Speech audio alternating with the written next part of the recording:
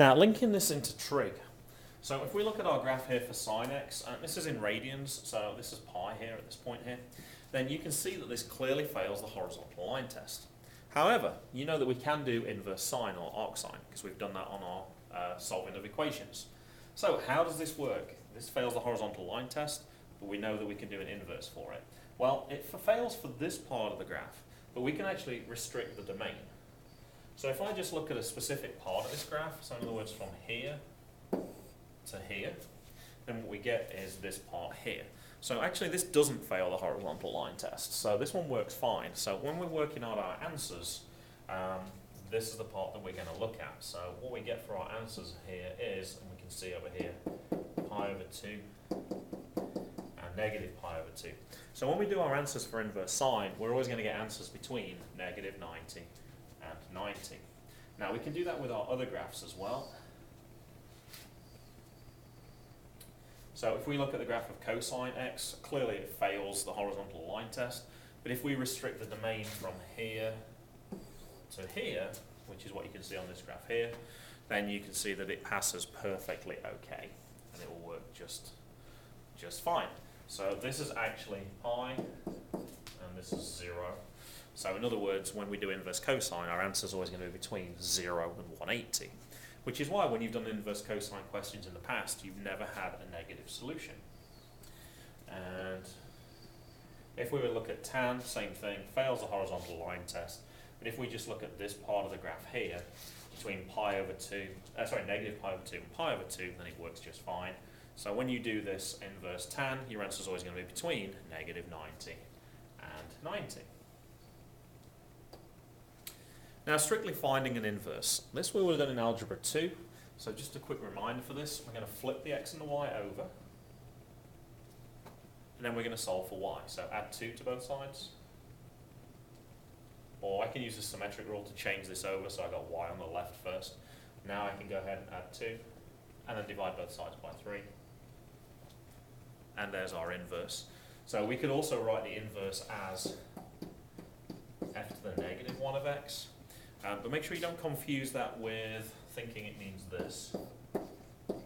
We know our exponent of negative 1 means we bring it to the bottom. That's not true for this question. So the inverse is something very different from 1 over f of x. And that's the notation we can see there as well. So they're the main steps. Switch x and y over, solve for y, and then your answer is going to be the inverse. Now, this one probably wouldn't have covered in Algebra 2. It doesn't particularly look any different. We're going to try and switch x and y over. And unfortunately, my comment's going to spoil this a little bit. We're going to switch x and y over. I could subtract 4y from both sides, and if I got y squared, I could do the square root, and I managed to solve for y. Except I haven't really solved for y because I have y still on both sides of the equation. So when we have a repeated variable, like you can see here, we actually need a slightly different method to solve this. So let's have a look at how we should actually do this using our AICE method. So we're going to start the same way though. We're going to switch over our x and y, but this time to get from 2 y's to 1 y, we're going to take a common factor. I'm sorry, are we going to complete the square? I apologize. So what we're going to do here is we're going to take half this coefficient, so make it 2, and then we're going to put it as squared. Now when you work this out, we should know that we automatically get these first 2 terms, but we also get 2 squared, which is 4. Now we don't want 4, we want, well actually we don't want anything at all. So we're going to subtract 4, and that will give us the 0. Now we only have 1 y value. So originally we had 2, now we're down to 1. Now we can go ahead and solve this. Add 4 to both sides, square root, subtract 2 from both sides. So a very clever way of getting around that problem if we have repeated variables. Now there's a little bit more to this question. There's our graph if we want to take a look at this. We should know what this graph looks like anyway, and I'm going to scroll up a little bit further still. And the reason we should know is the radical graph, we should recognize the shape. Plus 4 in parentheses means it moves 4 to the right. Negative 2 at the end means that it moves down 2. So our domain for this question, certainly it starts at negative 4. I can have negative 4. Negative 4 plus 4 is 0, and I can do the square root of 0. So for our domain, it should be x is greater than -4 or equal to -4. Now for the range, we can see the lowest value is -2, and this graph carries on up to infinity. So our range should be y is greater than -2.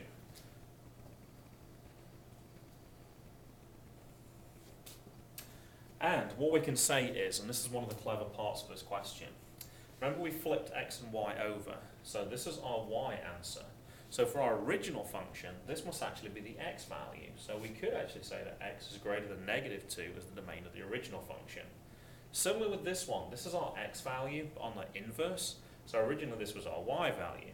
So if x is greater than or equal to -4, we can say y is greater than or equal to -4 as part of our original function. And actually, if we look at this here, we should actually recognize that to be true as well, because we could actually have just completed the square of this. And this graph we should know also parabola, because it's the squared term. Plus 2 means we're going to move it 2 to the left, and then we're going to move it 4 down, because it says -4 at the end. But we can't have that because it fails the horizontal line test.